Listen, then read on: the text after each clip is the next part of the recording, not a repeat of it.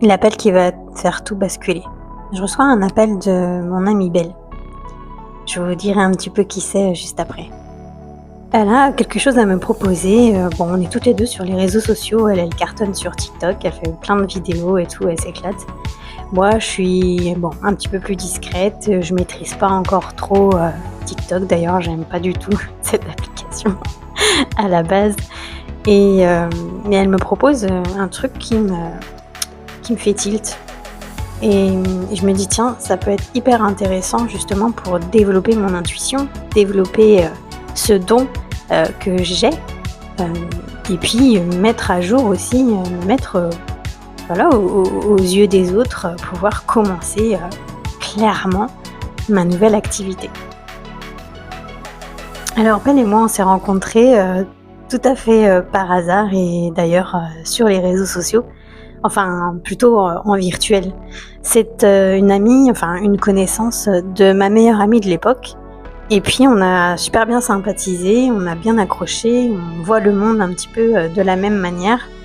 Et du coup, on est un petit peu aussi assez franches l'une et l'autre, parce qu'on aime ça, on aime la franchise. Et franchement, tout de suite, on a accroché. Et on s'est jamais vu de la vie. Vraiment, c'est un coup de cœur amical.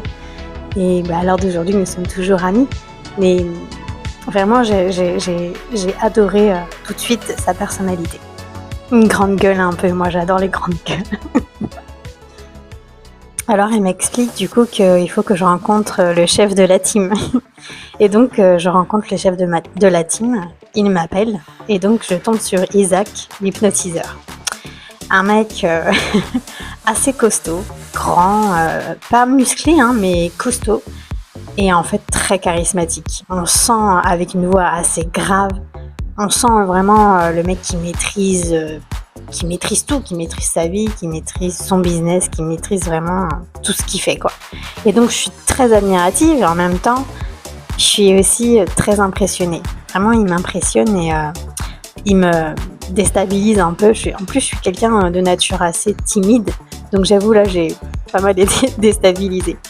Et en fait il m'explique le concept tout simplement, que je vais devoir faire des lives. Donc on est une équipe et je vais devoir faire des lives, et pendant ces lives je serai rémunérée.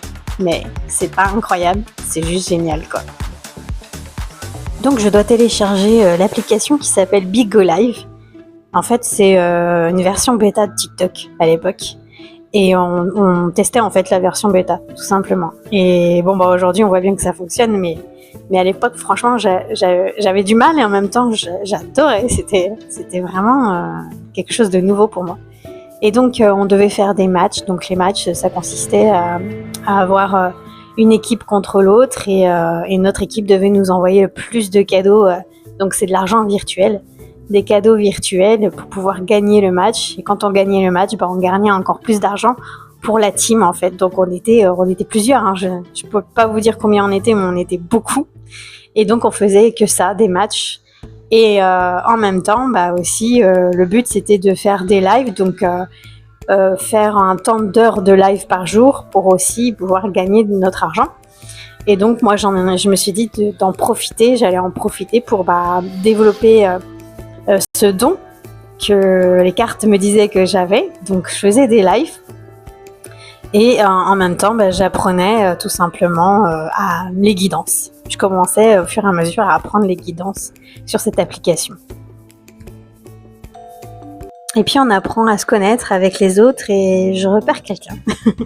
Je repère un homme assez atypique, un visage atypique, vraiment.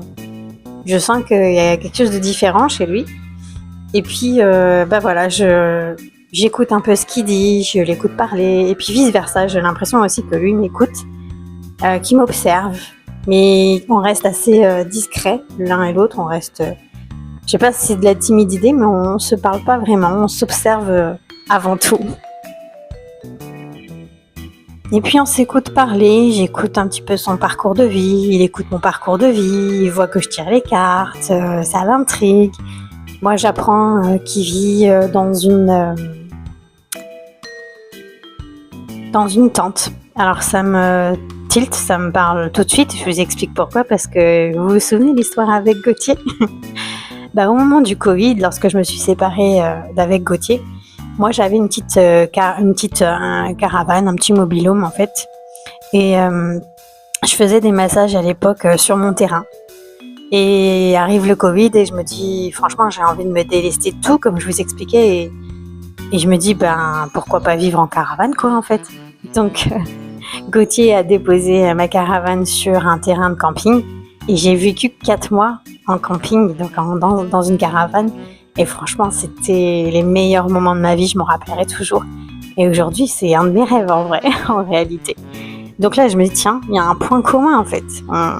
La nature, un petit peu, la vie un peu bohème, quoi. Donc, j'aime bien. Du coup, ça y est, on commence à se parler plus en intimité. On apprend à se connaître, on s'échange nos numéros. Vraiment, je suis assez surprise et puis je découvre aussi des choses que je ne connaissais pas avant. Les signes, les synchronicités. Tout n'est plus que hasard, c'est vraiment genre ma destinée. C'est comme ça un petit peu que ça se passe et je sens que je suis guidée. Loïc a de plus en plus confiance en moi. Moi, je sais pas, c'est vrai que je suis un peu mitigée, comme je viens de me séparer il n'y a pas si longtemps que ça. Recommencer une histoire d'amour, j'avais pas forcément envie, j'avais peur. Et puis j'étais vraiment, vraiment sur la défensive. J'étais très observatrice et j'aurais pu l'être encore plus. Mais voilà, en moi, en fait, il y avait quelque chose qui me disait que je devais pas y aller. Mais tous les signes extérieurs me disaient que c'était lui qu'il fallait que je fasse le pas. Et donc arrive le moment où Loïc me dit qu'il a un secret à me révéler. Et là, j'avoue que je suis mitigée, j'ai un peu peur, je sais pas ce qu'il va me dire.